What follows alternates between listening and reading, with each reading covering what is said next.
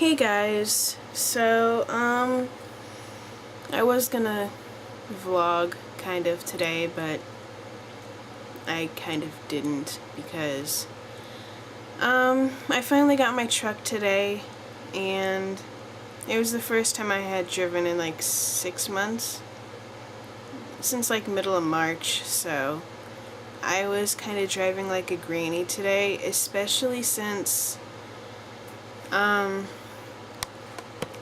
especially because it was raining today, and yeah. But I'm glad that I finally got my truck back because I can actually do stuff now.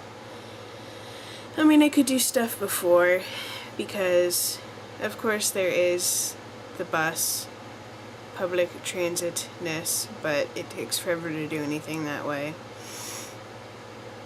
But it's nice to be able to have my truck back, and with as much driving I did today, there is a definite difference in the gas mileage.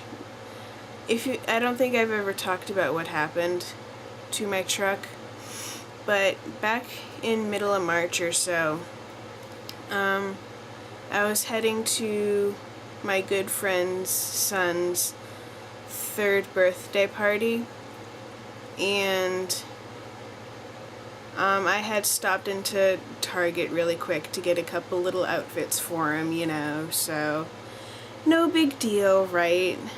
Of course my parents are out of town on a business trip at this point. So, yeah. Anyway, I'm heading to my friend, to my little friend's my friend's son's birthday party, and I'm literally like, there's like 3 suburbs in a row, and I'm at like the suburb, he's like in the last suburb for like a few miles, and I'm literally like 5 minutes from his house, like at the suburb prior to his, and my engine just quits working. It just stops.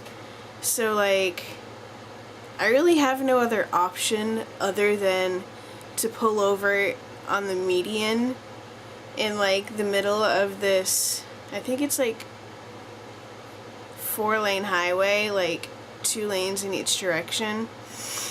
So there was still enough momentum to get up onto the median, and I turned the truck off and whatever. And I called Jason, because I mean, you know, he's 5 minutes away, he's like right there, and I'm like, you're gonna hate me. My truck just died. So he comes out and we try to start it, he jumps it and it doesn't work, and his dad comes out, and I guess his dad used to be a mechanic, checks the oil, he's like, you're a quart low, but that shouldn't really be a problem, you know, and so call AAA, the AAA people take it to where we get our stuff, our vehicles fixed, and the mechanic pulls the engine out and looks at it, and he says, he calls my dad up and he's like, when was the last time you guys changed the oil in this thing? Because the oil was apparently like black, like it hadn't been changed since, like, last time I recall having it changed was 2000. See, I got the truck in summer of 2008. We were pretty good about changing it for about the first year. So like fall 2009. No, I don't remember the last time it was changed, but it's been a while. So, like, we hadn't changed the oil in a while, and combined with the fact that the oil had been kind of low for a while. And I mean, me being me, I guess it's typical chickness, but I didn't think about the fact that the oil might have been low and whatever, because on the way over to my friend's house, like, I mean, it hadn't been making this noise up until I was leaving Target, and it started making like this clicking noise, and it sounded like the engine to me, and like it was the cylinders or whatever, but I was like, I don't know what to do because I'm on 75 and I can't exactly just pull over, you know. I have to be somewhere in like half an hour and I'm already like 15 minutes late. So I hop onto the highway and yeah, I get like 5 minutes from his house, my engine decides to die, and I'm like, but yeah, that's what's been wrong with my truck for the last 6 months. But the company's been a hassle to deal with. I'm not gonna name the company or anything because I'm not. If you want to know, send me a personal message, then I might tell you, but yeah. Anyway, the company's been a pain in the ass, like, seriously. Just got my check back today. Now we're officially broke from that. Unfortunately, I'm leaving on Thursday morning. And it's Monday night right now. Well, technically Tuesday morning, but yeah, I only have a couple days till I leave, so that doesn't mean I really have a whole lot of time to do stuff. And I finally got to hang out with my friend Bo, who's been living in Salt Lake City for a while, and I haven't seen her since December. So yeah, it was a lot of fun. We went to T.G. Bray Park place and walked around and stuff, and we both kind of died but it was really cool. I mean, T.G. Bray is nice, and it was like when you first, like, there's this kind of tree-esque area where there's like a bunch of trees, and like as we were walking into the pathway through the trees, it was like the first thing that popped into my head was that it was perfect for like a horror excuse me, that it would be perfect for like a horror film or something, because it was just like, I don't know, I thought it was just perfect for like a horror setting, like a horror film or something. I wish I had recorded it, but it was so cool. And we walked around there for a while and stuff, and then I drove her home, and yeah, now I'm here. But yeah, that's the main things I did. Of course, as usual, I was on Skype and on the Black Box TV Ustream, which has kind of become my nightly thing / daily thing and whatnot.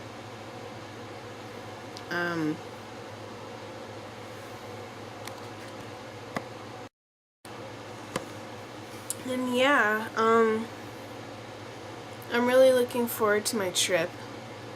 I'm gonna be gone for about a week and a half. I don't know if I'm gonna be able to post videos or not. I mean, I have my iPod, and I'll be uploading videos from that while I'm gone, but I don't think I'll be able to upload videos recorded from this camera while I'm gone, because unfortunately I don't have a laptop, and even if my dad did let me use his laptop, I can't get the videos from this camera to import onto his laptop for some reason. It's the weirdest thing. I mean, I don't know if it's because of the settings I have it on, because as of right now I have it on the highest setting, which is basically 1080p on YouTube. So I don't know if it's because this camera puts it into a certain format or something. I might try to get it to work tomorrow at like a lower setting, which I would rather not do, but whatever. I mean, I think it's kind of nice to be able to have it at a higher quality.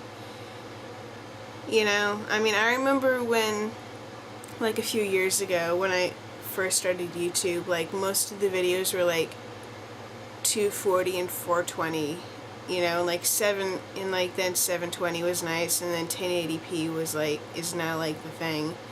Most of the time people seem to do 720, like 240, 720, but yeah, anyway, whatever, I'm off track.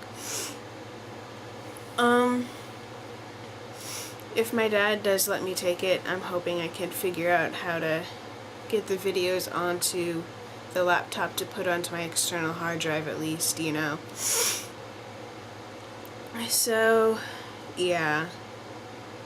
Like I said, I'm kind of doubting that he'll let me use it though, because he's always like, oh, I need a backup computer for what I do, because he pretty much makes his living off of from working from home on his computer, because he's a website designer and stuff. So I'm so stuffy. But yeah, anyway, I would like to be able to upload videos while I'm gone, but yeah. Although I wouldn't, like, I don't know. If I do figure out how to get it to work and he does let me take it, I wouldn't be able to upload my regular videos until I got to LA to VidCon. And, yeah, I'd have a little time to upload videos and stuff then, but oh, I'm talking too much. I'm kind of at the point where I'm almost not looking forward to going because I don't like flying. Like, I don't like flying because there's just something about going to the check-in, like checking in and checking in your bags, going through security and waiting and like boarding, and I always have this paranoia that I haven't flown that often. I mean, I went to Grenada for a mission trip back in 2007. That was, I mean, when I was younger, we were pretty well off. And there were a couple times where we flew from Massachusetts to here and vice versa on a Learjet. But like I said, we were well off at that point. So, yeah. But like, when I went to Grenada, that was the first time I had flown commercially. So, like, that was like the first time I'd flown commercially, and like the first time I had ever been out of the country. So, excuse me, dealing with baggage, like checking in my baggage, customs and blah blah blah and whatever, and like it was the first time I had ever gone through the whole process of getting my ticket and boarding, and like, oh my god, are they gonna lose my luggage? So that kind of freaked me out. So that was the first time. The second time was when I flew from Sarasota to Boston. And it was just me by myself. That wasn't quite as bad because it was just me, and SRQ Airport, International Airport, is really a small airport, so it really wasn't all that bad. And yeah, I think that's really the only times I've actually flown, like, commercially. But to and from Grenada and to Massachusetts, I was like so freaked out about the fact that they might lose my luggage, and like, I don't know, something about the process that I get really tense.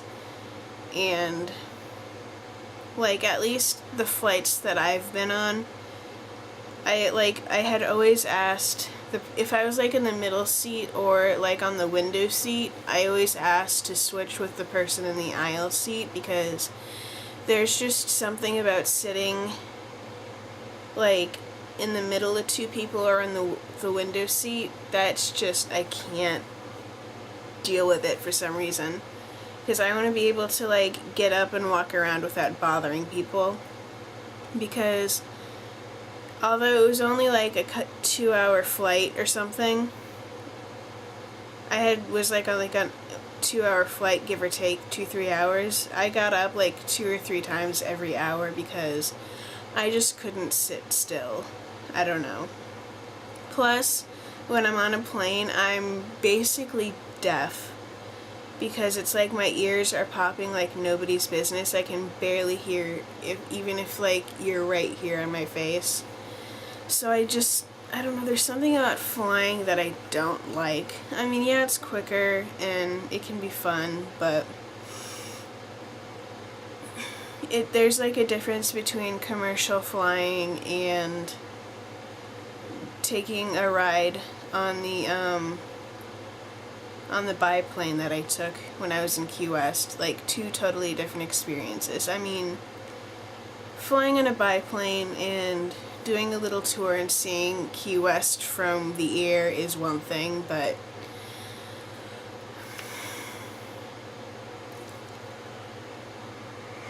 2 completely different experiences. I mean, I'm not gonna lose my luggage on a biplane, you know, come on. I don't know, I just don't like flying. And also, it's like, what if my flights, like what if my first, like, all my flights have connected flights, like I'm flying from here to Colorado, and I think I'm stopping in, like, I don't know where I'm stopping. I forget, I forget, but I have connected flights, and I have 3 sets of flights. From here to Colorado, and from Colorado to LA, and then from LA back to Sarasota. And another thing of mine is, like, what if my first flight gets delayed and I miss my second flight? And I only have like an hour layover in between each of my flights. Like, hour and 20 minutes tops. So it's like, I don't know, it's like, what if I miss my second flight? Like, my connecting flight. You know, I mean, maybe I'm just being paranoid. I don't know how often that happens, but I don't want to miss my second flight, like my connecting flight, because I wouldn't know what to do. You know, I mean, maybe it's just a simple thing and they like rearrange something for you or something. I don't know. I'm flying with Delta, so I don't know. Maybe I'm just overthinking it. I do this kind of thing a lot where I worry too much about something that really isn't a big deal, you know, so I don't know. I don't know. Like, I do this with school a lot, like, especially at the stage that I'm in now. It's like, I gave them my scholarship information and stuff, but they don't, but they don't apply my financial aid until the day of that it's due, I think. So it's like the full balance is like still showing, and is still showing as not paid, and it freaks me out every semester because they don't apply it to like a couple days before it's due, and it's like I'm always calling them like 2 or 3 weeks ahead before it's due, and I'm like, why isn't it paid yet? I gave you my scholarship information like 2 years ago, blah blah blah, or whatever, and I do it every semester, and I know it's gonna be fine, I just overreact about like everything. Because it's like, especially right now, because I only need 11 more credits before I get my associate's degree. I mean, technically speaking, according to the state, I'll have my associate's degree because I'll have 60 credits at the end of this semester, but I still have three other classes that I'm going to be taking in the spring that I need in order to get my associate's degree at my school. So, yeah. I don't know. I'm just I needed to rant, I guess. I don't know. But yeah, also, like, I've never really traveled alone, which I guess I'm technically not traveling alone, but because I've flown by myself before, and that's not a huge deal, I guess, and plus, when I went on a mission trip a couple of years ago, back in 2007, I really wasn't traveling alone because I was with like 10 other people. I was traveling with like 10 other people. So, I don't know.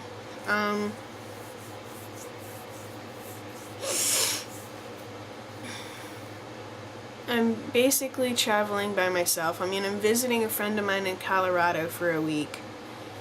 And, I'm staying at her place.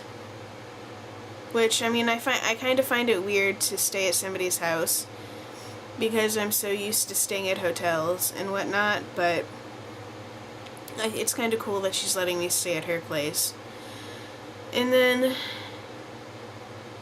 LA, going to VidCon will be interesting because I don't know, I don't know what to expect, because at least the flying thing is like my biggest mental block right now, because packing, it's like I need to pack for like I'm leaving Thursday morning, and I have a flight back here on July 31st. And getting back like morning of August 1st, so I think I'm gone for like 10-12 days. So it's like I need to pack for like 12 days, but I'm always like paranoid that my baggage is gonna be like, my checked baggage is always gonna be like overweight. Like, I think the limit for Delta is like 40 or 45 pounds, and we don't exactly have any scales in the house, so it's like I have no way of weighing it, so it's like I kind of have to like wing it. So I don't know. I mean, I'm gonna try and bring as little stuff as I need to. Like, I'm thinking I'm just gonna bring like toothbrush and toothpaste, because like, as light as dental floss is, I don't want to add like that 0.2 ounces, and I don't want to carry like a big bottle of Listerine, which I never bother buying like travel packs of anything, because to me it's just pointless to waste the money on that. So I'm just not gonna bring my Listerine, and yeah. Like, I'm only gonna bring what I need, like, not what I necessarily use on a regular basis that I don't need. I don't know, maybe I'm just overthinking it. I mean, I've never been overweight when over the weight limit on my luggage before. So, I don't know, maybe I'm just overthinking it. I need to go to sleep. I need to post this and go to sleep. That's what I need to do. Anyway, I'll talk to y'all later. Bye.